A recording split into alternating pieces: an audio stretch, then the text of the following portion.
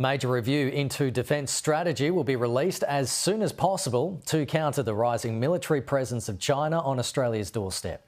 Anthony Albanese returns from leave to a series of new challenges domestically and in the Pacific.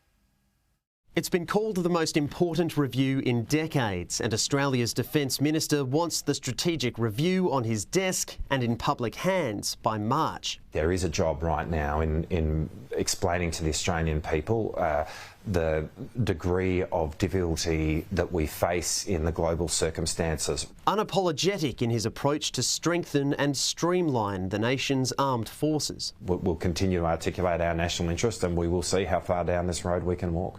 The goal of this latest review, not yet 2 weeks old, is to ensure Australia can meet the complex regional challenges of our time.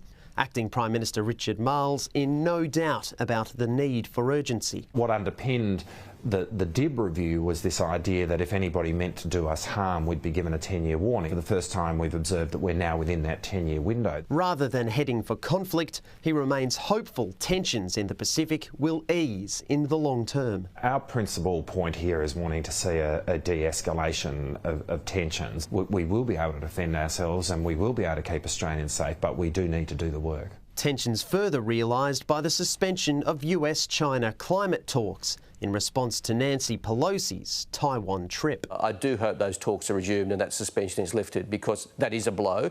As Anthony Albanese returns from leave, he'll set about building momentum behind next month's Jobs and Skills Summit.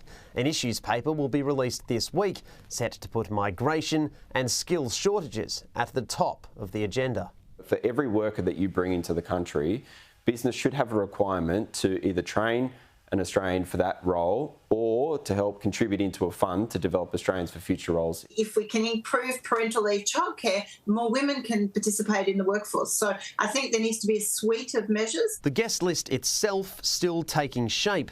Greens leader Adam Bandt will share his party's sole invite with Senator Barbara Pocock, alternating between the sessions, while only 3 seats have been offered to the other 18 crossbenchers.